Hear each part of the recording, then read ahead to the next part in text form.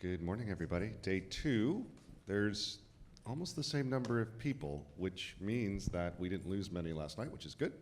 For those of you who haven't been following this track, this is the Customer Identity track. I'm Ian Glazer, Senior Director of Identity at Salesforce, and I've got a really great group of folks here, some of whom, if you were in sessions either this morning or yesterday, you've heard from before, and we've got 2 new guests joining us. So I'm just going to go down the line, and I will start at the end. So Stephen, why don't you start, just who you are, just briefly what you do, and then we'll dive into questions and things like that from there. And Lance, you have to share the mic. My bad. Hi there, so I'm Steven. I'm a product manager at Google. We work on all of the consumer APIs for authentication, so that's the Google sign-in, smart lock for passwords, save and retrieve login info, and things like Firebase Auth to basically help apps and websites get users in quickly and securely. Hi, Lance Peterman. I work in identity management for Merck. Jay Farrow, CIO for the American Cancer Society. Debbie Bucci, IT architect at the Health and Human Services. Sure. Hi, I'm Janet Hughes. I'm from the UK government, and I'm the program director for gov.uk Verify. Who's heard of that? Anyone yet? Hooray! It's a new way to prove your identity when you're accessing government services. It's a federated, standards-based approach. Cool.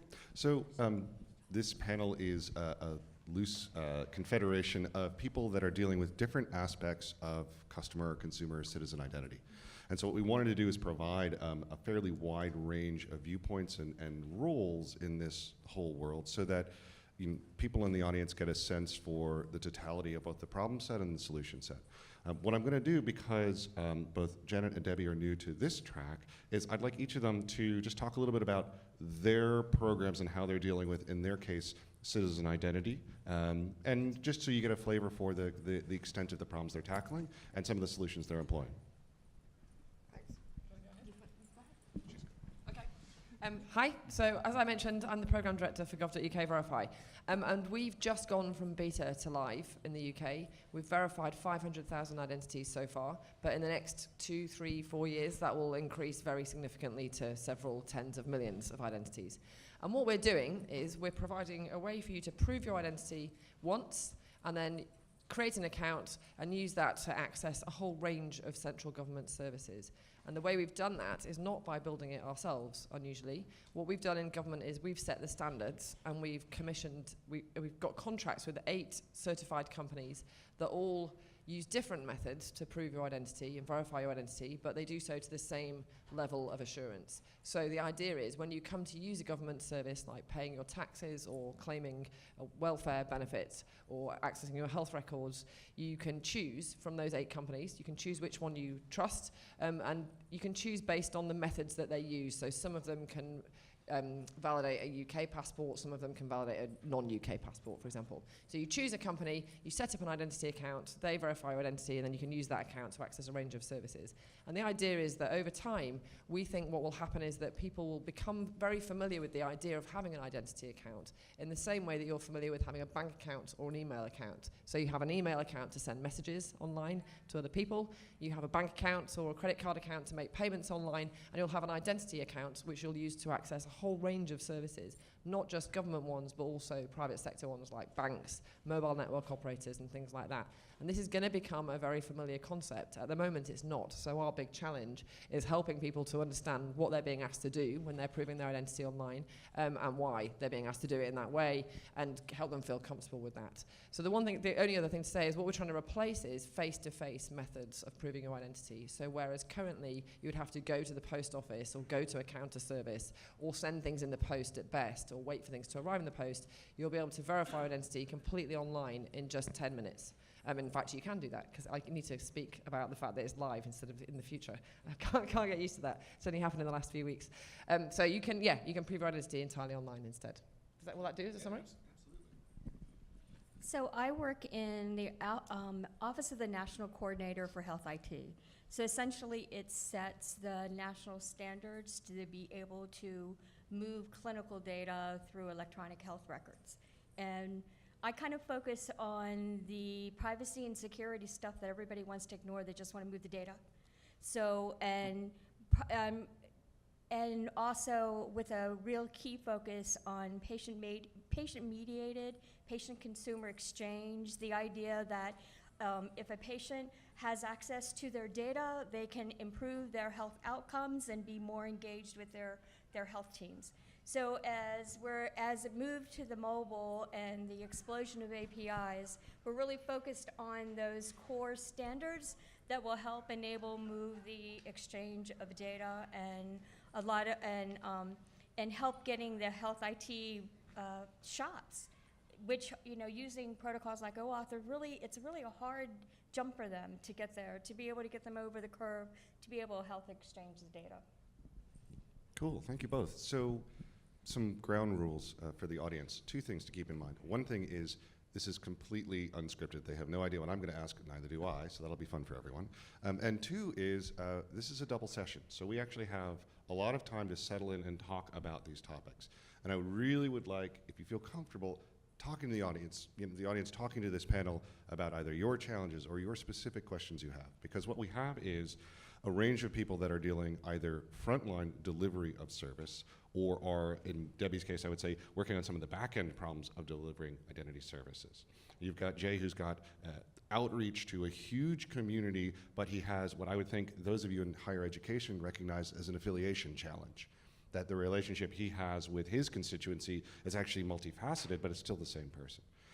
Lance, I would say some of the challenges that you've got in terms of wrangling an enterprise in doing customer identity, which may be a little bit of a different experience in a lot of ways. And Stephen's been looking at the problem of how, as a technology supplier, do you put the right tools in people's hands to avoid anti-patterns? So you've got a spectrum of individuals here and programs they represent. So I'm going to start with a couple questions, but feel free to shout out. It's a small room. We've got time. We can get comfortable with the topics. So let's start with the first question that just came to me, which is, what was, in whoever, we in no particular order, a challenge that surprised you about the thing that you do? All right, so each of you is doing kind of a different identity task, if you will, providing a different service. What's one of the challenges that caught you off guard that you weren't expecting to deal with? Anyone be brave first? Anyone? I'll dive in. And this is a double session, is that true? Yes. Oh, wow. I didn't know I signed up for that. Surprise. You left that out of the fine print. I'm kidding. No, what surprised me was that, here we are, we're sitting, and on its face, everything that we're doing makes sense to this room, right? You're like, oh gosh, this one digital identity, this one unified thing. And, coming into an organization like the American Cancer Society, when we first pitched this, people were so kind of mired in their daily, and rightly so, we have a very passionate organization, they're very involved and invested, that it was very tough to sell at first. Now, part of that probably could have been my fault, where I just assumed, based on its own magnificence, it was a terrific idea, right? Look at this.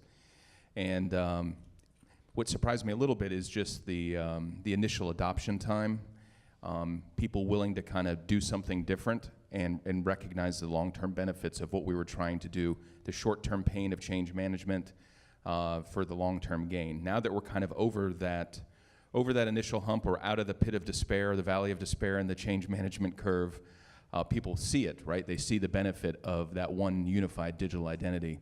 But it just goes to show you that you may have to spend a little more time up front with use cases, showing them the benefit, maybe pointing at other organizations who have done it, and being very honest about the change management regarding that. So maybe, Lance, before you jump in, Jay, I want to drill on that for a second, which is, as the CIO, Right.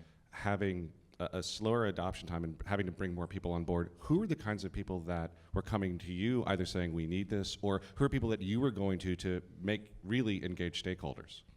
Yeah, it's interesting. In many organizations, I think CIOs in particular, or IT organizations, sit there and wait to take the order, and they wait for the need to be identified, then it comes to IT, and then we tell them no, or we tell them why it won't work, or we tell them how long it's going to take. Our organization, I wanted to create an IT organization that was solutioning ahead of the game, so we were doing a lot of listening, we were investing in our products and our services, we were actually volunteering, we were doing a lot of the things that we ask our volunteers and our constituents to do. So we almost identified the problem or the opportunity ahead of marketing, ahead of digital, and when we sat down, they got it, but the folks in the field who are dealing with volunteers, the folks in the field who are out there fundraising, who are dealing with health systems, who are dealing with all of that, they were so buried in it, they didn't want to look up and say, okay, I see what you're trying to do, and part of that, admittedly, was the way we sold it. Okay, great. Other people want to talk about challenges? Yeah, let's go for it. Yeah, one that happened 2 years ago was, I mean, frankly, it was an education for me. Merck obviously is a global company, and I'll be the first one to admit that my worldview is very much informed by the country that I live in. And I also have not had many opportunities to travel abroad, so understanding what other cultures want to do with respect to technology is kind of not in my level of education at the moment. And we had one of our lines of business in China come to us, and they said, we want to start using WeChat to communicate with our customers. And I was like, wait, what? First I had to educate myself on what WeChat was, because I didn't know. Does anybody know? Just curious. Because I mean, it is, I mean, it's called kind of the WhatsApp or the Facebook of China. And you know, a couple of colleagues of mine sent me some articles talking about how mobile is used in China, and it was really eye-opening. We think it dominates our culture here. It is, I can't even begin to describe it. Somebody could probably articulate it better than I could. But the challenge that we had, and I didn't really touch on this in my presentation because it was much more from the customer viewpoint, but Merck as a company, one of the primary reasons why we're so heavily invested in identity, obviously we do need to comply with regulations and whatnot, but it's also to protect our intellectual property. So when you have the concept of a social media tool being used inside your company from a data leakage protection potential, I'm like, wait a minute, what? How are we going to do this? You know, so that was one of the, I would say probably one of the rudest awakenings, but in some ways I felt was extremely beneficial. And as it turned out, it was an extremely successful project for us because we were able to go, you know, collaborate with the business and say, we're with you on this. We're not going to be the party of no, which is commonly what risk gets called. But we want to understand what type of data you want to share and how can we manage that to ensure that we're not sending out sensitive and confidential information over, I mean, let's be honest, WeChat is run by a company called Tencent, which by its very nature is partly owned by the Chinese government. And that's, for, you know, from a Merck standpoint, that's information that we would be concerned might get into the wrong hands. Other folks want to talk about challenges. Stephen or anyone else? We can move on. Challenges that you faced, yeah? Or Janet? I'm trying to think which one to focus on, because what we're doing is just of the many, many challenges, because what we're trying to do is build something in a new way that's never been done before, and develop that in the open and roll it out across the whole of government, which has also never been done before. And we're doing that at some pace. And under significant media scrutiny and scrutiny from privacy campaign groups and all that kind of stuff. So there's just the range of challenges is absolutely incredible. And I think the main one that I would distill from all of that is the challenge of remaining disciplined and focused, because we have this massive range of stakeholders. We're trying to work across the whole of government, and every service in government is a special snowflake in its own particular way. And we're working with 8 different companies, and they're all full of special snowflakes, and they're all very different and very sort of, they're all unique, and they range from really very small companies to massive global brands like Barclays. So you get pulled in all sorts of different directions when you're trying to do that. So we've been asked to add all sorts of things to our scope. So we're looking at identity for individuals, but we were at one point looking at, should we look at authentication for businesses and people acting on behalf of businesses? Should we do that? Can we go faster? Can we just cut some corners? Can we just add lots of different levels of assurance instead of the main one that we're trying to offer? Could we just do that now? Can we work for agents? Can we work for people acting on behalf? And it's really, really challenging to just remain relentlessly focused on the one thing that we're trying to do. And I think that's the secret of our success so far, is that we have done that. But it's so difficult because it's not like being a startup, but it's a bit like being a startup in government, because you've got a lot of people to please, and we're spending a lot of public money, and it's taken us a while to get here, and it's not been easy. It's not been an easy journey at all. And so you want to please everybody immediately, and it's tempting to kind of agree to do all sorts of things just to keep yourself afloat for a while. So I think if I'd had my time again, I wish I'd realized at the beginning how important that was going to be, and felt more confident actually in just asserting relentless focus. We're just doing this and this alone all the way through. So I think I'm going to turn that around. The other So I'm very much a techie, grassroots, builder from up.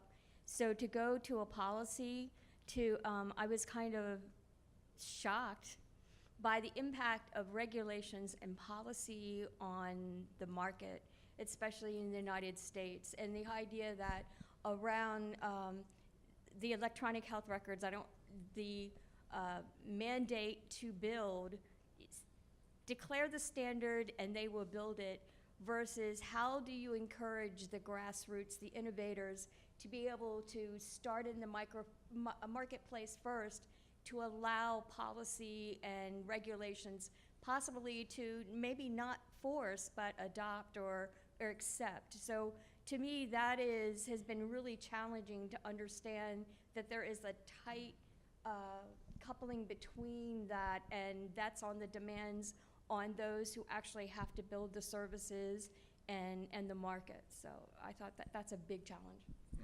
So let's try a different question around success. We talked about challenge. Let's talk about success. So what I'd like to hear is one of the biggest successes you had, and how did you know it was a success at the time? How did you discover, like, oh, we're winning, like we're on the right side on this one? So successes. Lance is deep in thought. We'll give Lance a moment. I have an early success. All right. So I'm a co-chair of the HEART working group, which is out of the OpenID Foundation, and it's using the protocols of OpenID, OAuth, and UMA. And so we've been doing it. The national coordinator has been participating in this work, bringing in folks from industry, both from the security and from health IT. And we recently launched a challenge. And when we went through the clearances through the Office of the General Counsel, the idea that the General Counsel recognized the use of the standards of OpenID Connect and the HEART work group, that they could understand and encouraged us to directly talk to that instead of just the standards. I just thought was a real win, that kind of on its own. And also that, also when we were trying to vote those standards into the, for acceptance, that the health IT community who have been lurking on the listservs that don't even participate in the group actually would join the OpenID Foundation to get their vote, to get it heard, to move it ahead. To me, that sounds like success. You know, for me, success is if the volunteers or our constituents adopt it and they like it and it solved a problem that they were having. That is one aspect of our success. So let me give you an example. So we have dozens of digital properties that we were asking people to interact with, whether you're a volunteer, a fundraiser, a patient, et cetera. And we were asking people to keep a unique digital identity for all of those separately. And people flow in between all of these, right? They may be a caregiver, they may be a survivor, a patient, they may be an information seeker, a fundraiser, a captain, whatever in our organization. And one of the key frustrations was, as I hop from role to role, and they wouldn't say it this way, but you don't know me. You know me in a silo, but you don't know me across your organization. And these are people who are very passionate and give their time, talent, and treasure to an organization they don't have to. And it was very important for us that we show them that we know them. And we were doing a very good job in silos, but not holistically. And so after we rolled this out, now that we have a few million people using our unique society account, we're able to address their needs. We're able to see them at a macro level. We're able to see roles, opportunities to help them and serve them better. Just the basics of when they do interact with us, that we remember who they are and we're able to thank them appropriately. And we're getting better and better at it. That was a huge win for us because we were very, very good at it at the community level. Very, very good in a silo, but we were not very good that if you hop from role to role and department to department or product to product, that we would remember who you were. And that's a big win for us because somebody who today is a patient is tomorrow's survivor and is a very passionate advocate of our organization if we're able to help them. And the last thing you want is hey, we knew you when you were a patient, but now you're an advocate for us. Who are you again? That's a terrible, terrible way to deal with people.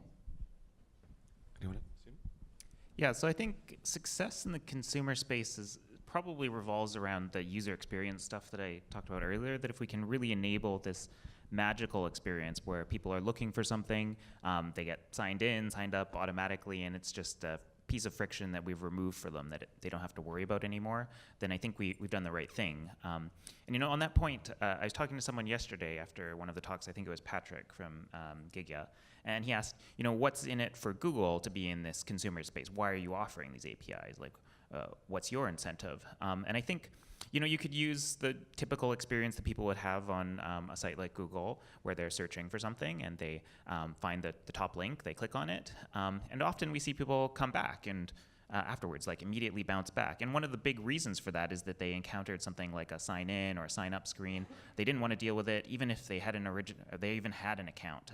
They couldn't remember it, and they gave up. And that was really a failed experience for them. I think we failed them as an industry. And if we can do something that makes that experience smooth and makes it so that you download an app from the Play Store and it just works for you, at the end of the day, if they use Google accounts to make that possible, or they use a Google platform, that's nice. But if we can get them in the door and do it securely, then we've, I think, improved the internet for everybody. And we've gotten some, tweets about APIs, things like the smart lock ones that sign people in automatically, and people think it is this magical experience, and we love to hear that, and I think that is success to be able to enable that. So that's setting a high bar, right? Deliver magic. That's success. But the user journey, I think this is something that's a little bit different than I talked about, from employee-centric identity to customer-centric identity. Is the experience is king, right? Employees eat what they serve in the cafeteria. Your customers don't have to. And I think that's one of the really big differences, just from my own observations.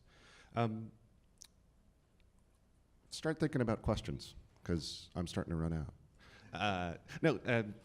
Curious about how people, I'm going to use the word sold, their projects, their programs around this to their stakeholders. So understanding, let's do this in two parts. First, how do you know who your stakeholders were? And second, how did you package this story to them so that they were bought in, so that they became real stakeholders for you? Anyone? All right, sweet. So we had some really interesting stakeholder challenges building gov.uk Verify, because the context that we were in was one where the UK government had tried to introduce an identity card in the UK, and they were building a massive database of everyone's biometric data and their identity data, and going to issue everyone with a card, and it was going to be compulsory. And there was it was very controversial, not at all welcomed by the British public, as it turned out, and after a general election, one of the very first things that the new government did in 2010 was shut that programme down and say, we're not doing that. And all of the political parties moved away from that. And as part of that process, some very vocal stakeholders emerged in the form of privacy campaigners and experts. And so before we wrote a single line of code for Verify, when our programme was set up and we took over the responsibility for identity assurance in 2012, was we set up an advisory group of all of the people who had been involved in bringing down the identity card. So the people called No to ID, Big Brother Watch, academics from Oxford University, the Information Commission's Office, people like that. We brought them in and asked them to form an advisory group for us to help us make sure that we were going to do identity assurance online in a way that would meet users' expectations. And that's the most important fundamental plank of what we've done, is that we did that before we wrote a single line of code, and that group has stayed with us, and I've been working with them now for 3 years on the program. I meet them every single month and lots of times in between. And that has been incredibly useful for us, because they bring to the table a huge amount of insight and expertise and commitment and credibility, actually. So when I'm able to say to all my other stakeholders, don't worry, I've got that covered, because these people will let me know, and they'll certainly let you know, and they'll let the media know if we mess this up. So don't worry, you can trust us. And it's all about, with all of the other stakeholders, our suppliers, the relying parties who are actually going to adopt Verify, and our users, it's all about trust and confidence. People won't adopt this platform unless it's valuable to them, and the cost is relatively low relative to other things, and they trust it and feel confidence in it. And that's the kind of biggest stakeholder management challenge for us. But getting the privacy bit right has been absolutely fundamental, I'd say, to doing that. So let's just spend a second on that. You also had expertise, people like Toby Stevens helping out, right? So can you talk a little bit about having an expert in the sense of someone who's known in the community or known by the stakeholder group and can speak their language as an intermediary in some ways? Yeah, that's also been really important. So we've got Toby Stevens as a privacy expert in the UK, but we've also got in the team people who've been working in this space for well over 10 years, several of them. Some of them technical architects, so people like Mike Pegman and Adam Cooper, people like Julian White, who's written the UK standards and has now written European standards, and various others who are incredibly experienced in their field. And that is a really exciting leadership challenge for a program director, but it's a massively valuable thing for a program. So these are all highly opinionated, highly expert individuals, as I'm sure many of you are, and it's an interesting kind of, they all reach out into their various communities of people who are interested in standards, people who are interested in technology, people interested in privacy, and they all bring that into the program. And without that, we absolutely certainly would have failed. There's no doubt about it, because that sort of depth of expertise, I don't have it. I'm relatively new to this. I've been in identity for 3 years now, and I'm a complete newbie compared to these guys who've been doing it for well over a decade. And with that depth of experience, you can really make sure that you cover all the bases. And there are a huge amount of bases to cover when you look at privacy and security and technology and resilience and all of those different aspects, and marry that together with high quality user experience and design for the service, and put that in the context of a federated service. It's hugely complicated, so you need some expert people who have the confidence of the community, can reach out into the community and get help. Because although we have experts, we don't know everything, and we can't possibly claim to know everything. And so we rely very heavily on our wide network of people in all of these different fields. So again, I'm back on the behind the scenes on the standards, but in the federal government, in ONC, we have federal advisory committees that are made up of health IT experts and advisors.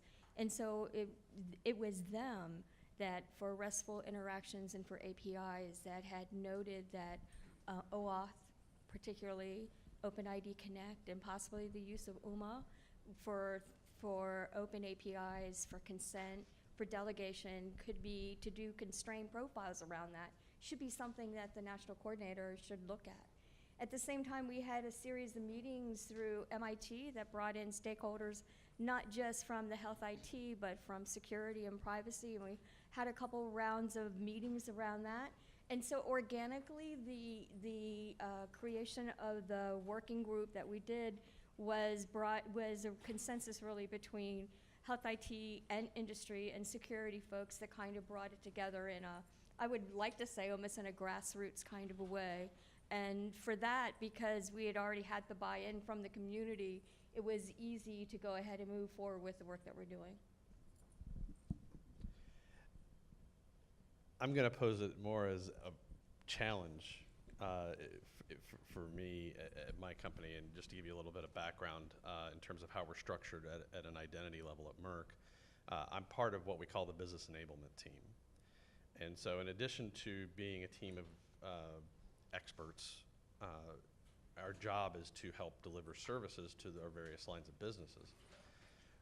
One of our huge challenges in that area is, with a company the size of Merck, understanding where your customers are. And you may be able to obtain that level of organizational intelligence at a point in time, and then they'll do something like what I described in my talk yesterday about, okay, well, we're going to shift to a platform strategy. Okay, that's great. And I was all behind the idea behind it, but like, okay, well, now who is my new customer? So part of our challenge was, once we kind of shuffled that deck again, I have to go back through and figure out, well, what are the cards now?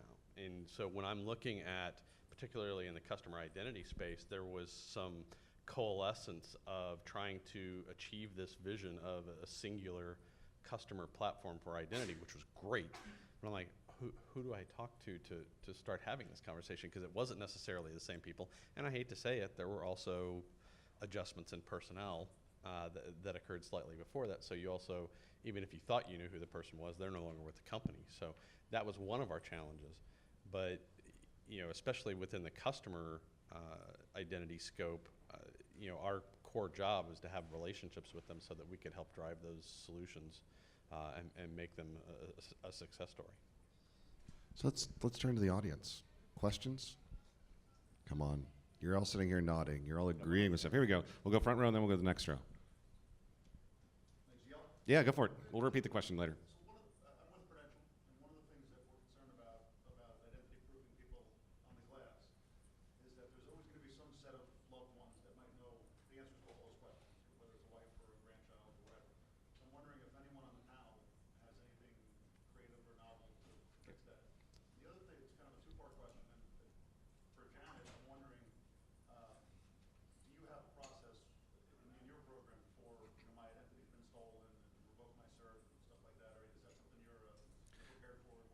So let me just repeat the question so we get them on the recording, and then we'll go through and answer it. So the first part of it is, in a proofing process, there's a lot of opportunity, let's say, for a relative or someone else to answer the questions that you pose to someone if you're doing a KBA-style scenario.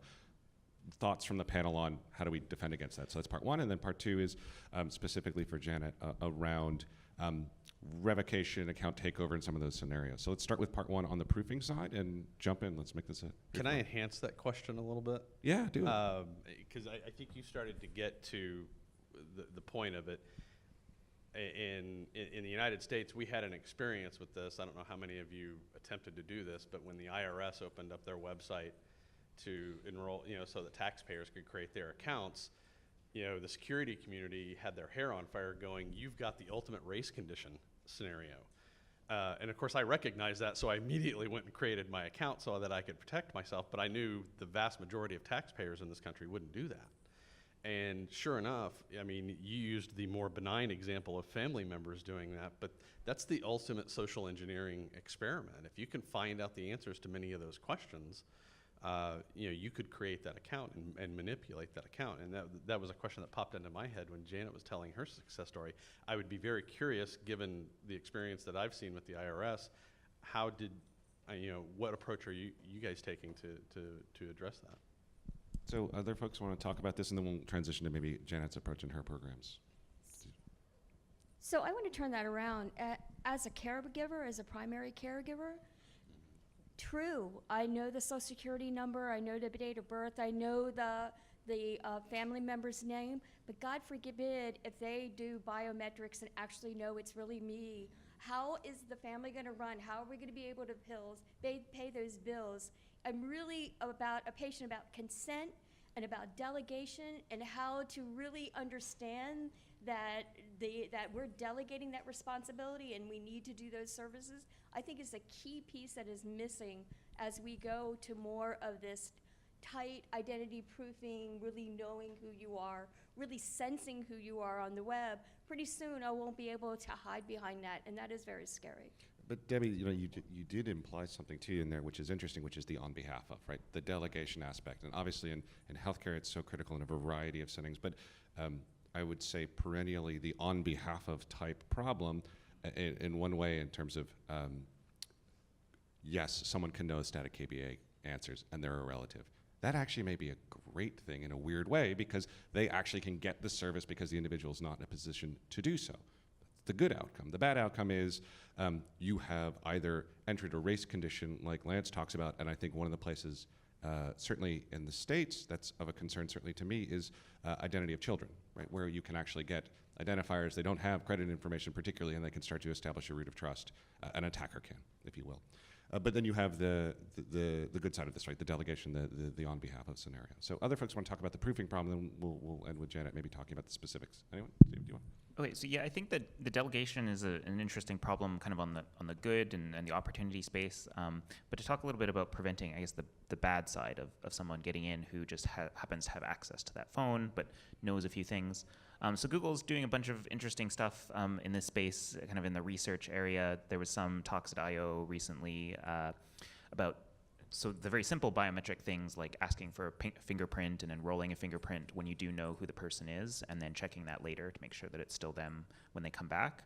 But being even more intelligent than that and looking at all of the other signals and factors something like a phone might pick up, and building a profile of a person and telling when they're still there really intelligently. So knowing from the sound of voice or the things going on, a person's other biometric signals like their gait style, movement, usage of the device that is very characteristic of them. That there's some interesting APIs that we talked about at I/O, and I'm sure we'll be talking to Prudential soon about them, that make it possible to detect or build a profile of a person and programmatically inform a developer that it's that same person who's using this device right now, and really try to prevent an unwanted scenario, as well as potentially helping to build those delegation opportunities. So I want to drill in that a little bit, because I think there's this, let's say, tension where you have, on one hand, the desire to put up, either for regulatory reasons or business reasons, a bit of a high barrier to through the registration process into a known person. Right? And certainly in an insurance environment, if you want to get product, you're going to have to be known. That's sort of one side of it. The other side of it is all of the things you just described are amazingly more accurate in a lot of ways for identifying an individual, but I don't know if they're as applicable on day one, right? We have this sort of trust on first use kind of challenge. And I think some of the things you talked about in your talk was get people in with a minimal amount, get them interacting, and then sort of do more things to move them either to gather data in progressive profiling or other things, or using some of the techniques you just described to better identify them. That's a bit of a shift in design thinking, I think. And so how are you guys thinking about some of this, where either you have the high barrier model because of regulation or what have you, but this recognition, this more ramp is a lot better. You'll get to a higher elevation in trust if you actually take the ramped slow approach. So thoughts there? Yeah, I think that's a fair point. So the stuff that I mentioned works nicely in this reauth scenario where you've already passed the first bump, and it's that you're checking that it's the same person again. Then I think, yeah, there's still this first-time scenario where you have to use another set of APIs and figure out kind of the harder question of who this person is in the first place, and then tie it through to make the reauth scenarios easier. So I think that still is a problem and fair point to raise. Yep. Go for it, dude. Doesn't this kind of touch on I call it privacy concern? So there are queries that I won't do at home because I'm afraid they're really going to know it's me. And as things get more sensitive and you really, over time, you're able to tell that it is an entity, as a citizen and as a consumer, I think there needs to be an awareness that, you're going to be known. And so I think. Well, and so to that very topic, just to put in a plug for Josh Alexander tomorrow morning, assuming he's not too hungover, is going to be talking about this very thing. Having Josh talk about privacy is a terrifying thing. So y'all should go check that out because it talks to the very question. Jay, did you want to add something before Janet sort of tagged on? I think it's an interesting dynamic. Our constituents range in age from early teens through our Relay Recess program, all the way up to retirees, and it's an interesting dynamic that. And again, there are exceptions, and I don't want to paint with too broad of a brush, but millennials care a whole lot less about that. I mean, they assume that you know them. I mean, there's not this. I mean, on one hand, they're hyper aware of privacy, but on the other hand, they're living their lives in public. And having been a caregiver of my wife when she was going through cancer, I will tell you, I would have been willing to give up a little bit of privacy if literally every single time I walked into a hospital, I didn't have to repeat the same 87 questions every single time I saw a doctor. Yeah, I mean, it's ridiculous. I mean, the fact that we are, on one hand, there's this expectation like, well, when I walk into a hospital or a doctor's office that, HIPAA is enforced, yet they call you by name. Did you sign our HIPAA agreement? Okay, Jay Farrow, the doctor will see you now, and you're at a urologist. I'm like, well, there goes privacy. You all know why I'm at a urologist, I guess, and my name is Jay Farrow instead of patient 1342. So on one hand, we want this wonderful, personalized concierge experience, right, that millennials and some Gen Xers, we all want that. But at the same time, we get really mad when somebody might be listening in on our conversation or collecting data on us. So it's a really weird conundrum. Okay, so there's a lot of questions packed in there. I'm going to try and go through them quickly. On the question of how, I'm just going to explain briefly how Verify works, first of all. So what you have to do if you are running a service and you need to know who people are is you need to assess the risks for that specific service. And you need to work out how confident do you need to be that this person really is who they say they are. So in our standards in the UK, and this has been replicated in the US, we've defined a number of different levels of assurance depending on the particular level of risk for that service. What Verify currently does is it offers level of assurance 2, which is sufficient for most government services, and it's the sort of level of assurance you would need if you wanted to allow someone to open a bank account. It's that sort of level of assurance, and be able to pursue them in the civil courts if they committed some fraud. But you choose what level of assurance you want, and for most services, level of assurance 2 is fine. I'm going to come on in a second to how we've designed that to make sure that the IRS issue doesn't happen to us, we hope. Because you can never be at 100% sure, of course, and then you'd be a fool to suggest you can. But the second really important point is, in your service, when you're thinking about levels of risk and levels of assurance, you also need to think about the design of the service overall. So there are some particular services where the risk of masquerading that you were describing over there, of somebody close to you being able to masquerade as you, the risk of that is the impact of that risk is very, very severe. So in the case of, for example, somebody who's suffering from domestic violence, it really, really matters if my partner accesses my health records, because he or she might be doing so in order to find out if I've told the doctor about him or her battering me. And that can be an actual life or death situation for somebody. Whereas if it's a service to allow you to look at your driving license information to see when your points expire, then it doesn't really matter if my partner takes a look at that. So you need to think about what data you're exposing in your service and how you're exposing it and who the users actually are, and design the whole service, not just think about identity assurance as something you can put on the front and that's that done with then. So I think when we talk with health services in particular about masquerading risk,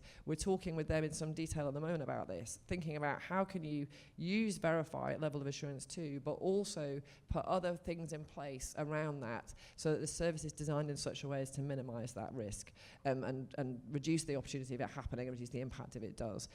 Just to briefly say how we've mitigated the risk of the KBA issue. So the way Verify works, the way level of assurance 2 works is that the certified companies have to meet 5 different elements in order to reach the required level of assurance. So the first one is they have to see evidence that the identity exists, and they have to see a combination of things, not just one. So something like a passport or a driving license or a bank account, and it has to be something where there was a high level of identity proofing involved in issuing it. So that's the first thing. Second thing is they have to validate that evidence. So they have to find out that the evidence is valid or genuine, so it matches an official record. And those 2 things tell you the identity exists. So that was completely absent from the IRS solution. The third element is ensuring that the identity actually belongs to the person who's asserting it, because I could have stolen Ian's bag with his passport in it while he's here and be pretending to be him. So for that, we do allow... It's not going to work because I'm not wearing socks. No, okay, so people would know I was not you because I'm not wearing socks. That's a fair point. So I'll try harder to masquerade as you. So you have to establish that that person owns their identity. And one of the ways you can do that is through knowledge-based questions based on somebody's credit history. Another way is comparing a photograph on an official document with a photograph of the person. But you have to do so to a high level of confidence. Then having done those 3 things, you then have to establish the identity is not fraudulent, so the person's not known to be deceased or known to be a fraudulent identity, and finally that the identity has been active over time. And it's only when you combine all of those 5 elements that you get a strong level of identity assurance. Each one of those could, at a relatively low cost, be compromised. You can buy passport data, you can guess the answers maybe to some KBVs, you could perhaps kind of amass some things and make them active over time, but it's very expensive and difficult to combine all of those 5 things and steal somebody's identity, and it's very unlikely you'll be able to do that at scale in the way that happens to the IRS. So we think that by combining those things, we minimize that risk, but it's really important to say that there are all sorts of other things that you need to do in your service. So in the IRS case, one of the problems was they didn't actually notice that there was this repeated industrial scale download of tax accounts because they didn't have appropriate protective monitoring in place. So not only do you need to design your identity assurance such that you minimize the risk of it happening, but you need to be able to tell if it's happening and tell if there's like some kind of industrial attack happening. So I would really advocate all the time thinking not just about the kind of specifics of identity assurance, but about the whole context, the whole service, and all of the other security issues that go around that in order to think about these risks.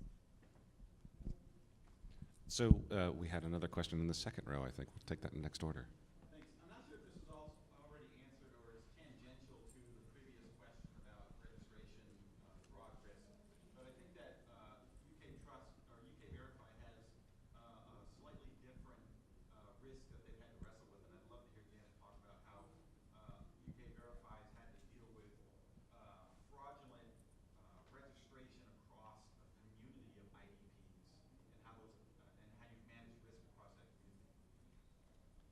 So do you mean somebody fraudulently registering with, so if I've registered with one fraudulently, how does that IDP tell the others about it? Is that what you mean? Yeah, caveat, I work with Confirm. We just closed a pilot in UK. Yep. With this, and I don't want to go into those details. I'd just love to hear your thoughts about how the concept of registration fraud across the community is impacted. Yeah.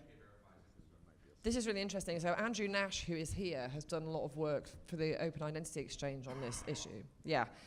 So he's done a lot of work, and I have a look at his work on the Open Identity Exchange website, oixuk.org, where he's been looking for us at shared signals and how one, because very often the first people to find out that an email account has been hacked is not Google, who owns that email account, but Yahoo, who receives all the spam, for example. So he's been doing some work looking at those sorts of providers. I don't know whether the others on the panel can talk a bit more about that and how that might apply in a federated identity space. It's fair to say we're still relatively early in our thinking about this and about doing things about it in practice, because you have to think about the risk of incorrectly spreading around the federation an allegation that I have done a fraudulent thing and preventing me from being able to access any service at all. So the main mitigation of somebody repeatedly committing fraud is the measures within each identity provider and making sure they reach those standards that we've set. That's the main thing, because we don't want to prevent people being able to access service, and we don't want to just be sending data all over the place in a way that is going to introduce other risks. So we start kind of shooting data between all the identity providers about people who've tried to register and failed, making assumptions about why that was, which we don't actually know, and creating this kind of massive load of data which can then be compromised in itself. How much fraud have you seen? Very little so far. I would say you had 500, how many? 530,000 verified identities. Very little fraud so Yeah, far.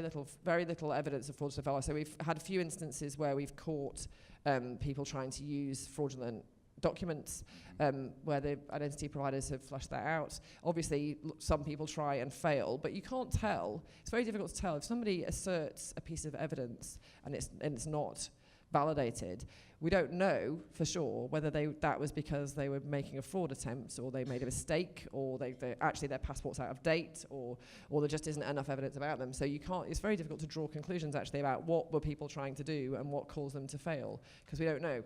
It might be they don't own the identity at all, or it doesn't exist. It might just be that there isn't enough evidence and they haven't reached the bar. So hard to tell. So before we transition to the next question, I want to put a plug in, because we're talking about, Janet, you're bringing up levels of assurance, we're talking about risk.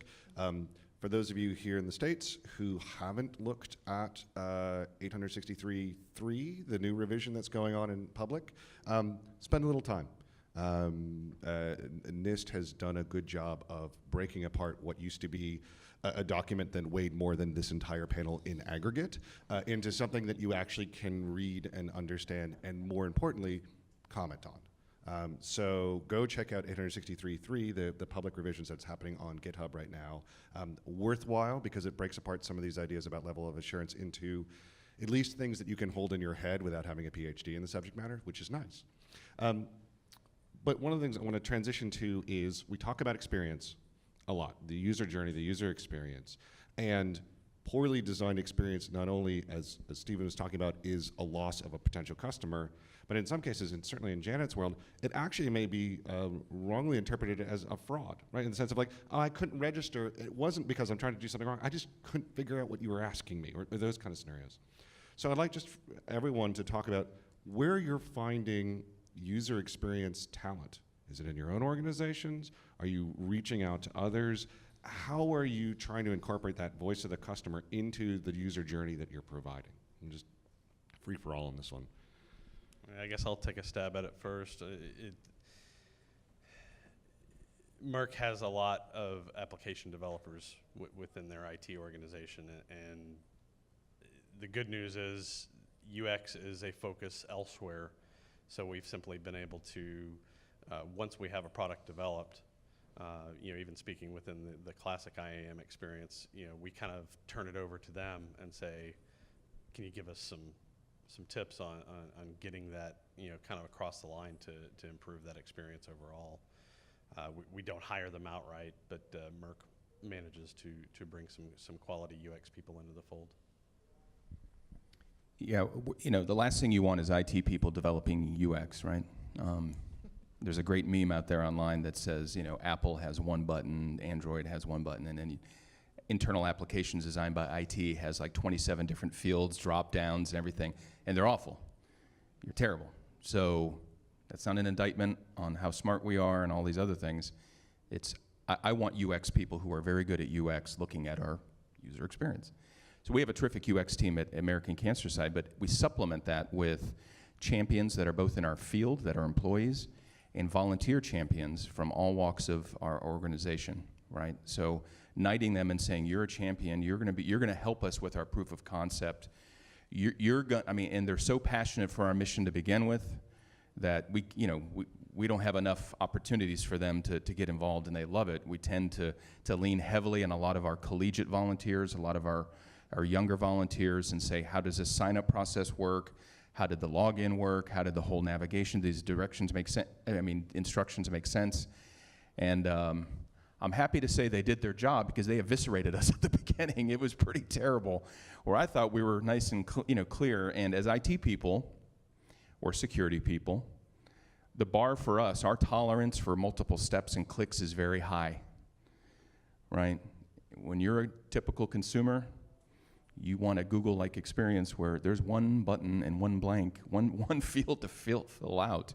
I can't just give it to Apple. I got to get through you guys too. But a Google experience where, it's look, make this easy for me, and we wanted that type of experience for them. So we listen to the customer.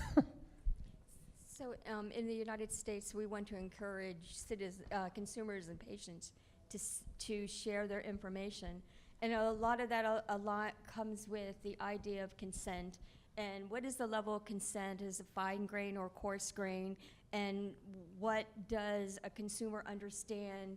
And so there is even an argument within the community of the IT folks that are trying to set up, they're called FHIR APIs to the work.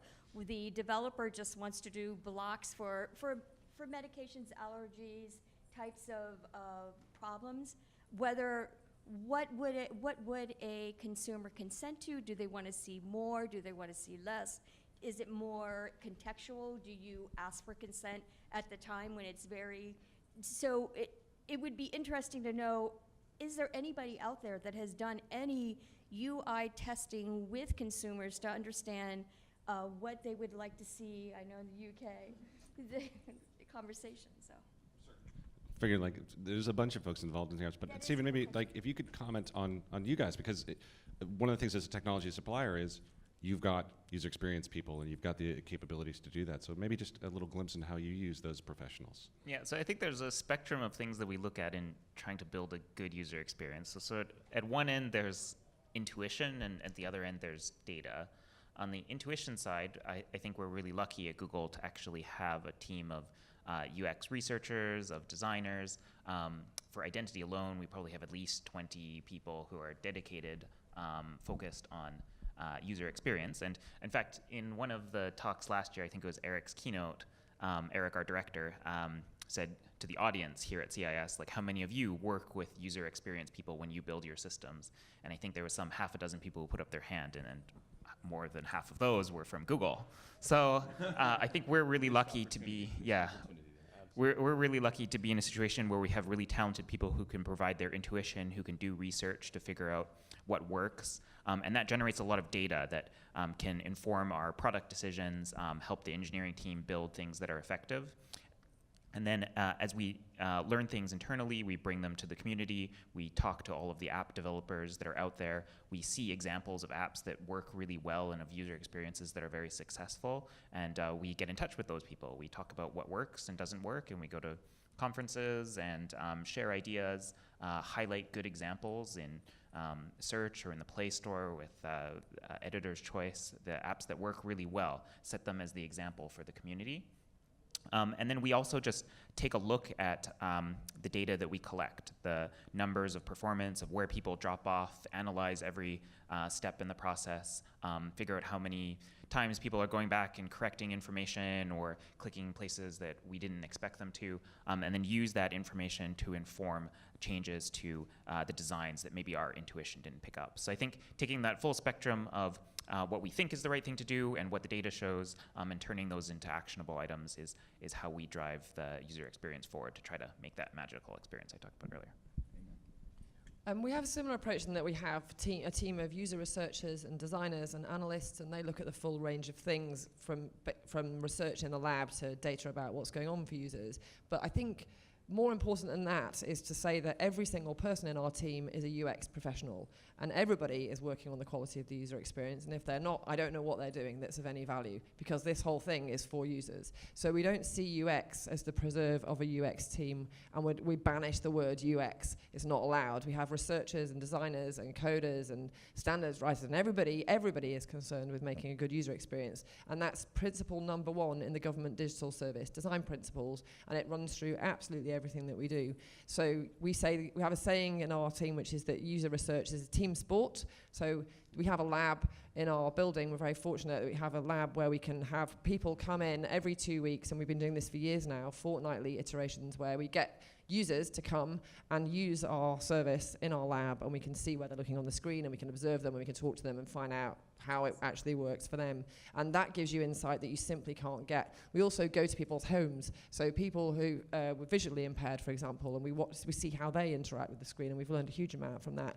But that's not just the user researchers who do that. Everybody in the team goes to watch user research, and everybody in the team participates in the feedback from that research and hears about what we learned that week and takes part in the discussion about what we're going to actually do to the service based on what we've learned. So often the route is we see something in the lab that's causing a problem for people, we come up with a design solution for that. Maybe we A/B test it where you kind of have two different potential routes, and we compare how that works in the live service, and then we make a decision about what to do. And we're doing that all the time on a constant, ongoing basis, and that's absolutely critical if you want to make a service that works for users. So it's been an hour, and I want to thank the audience for staying engaged in this. And so I want to have the audience now thank the panel for their insight and their wisdom in this topic. Thank you so much, everybody.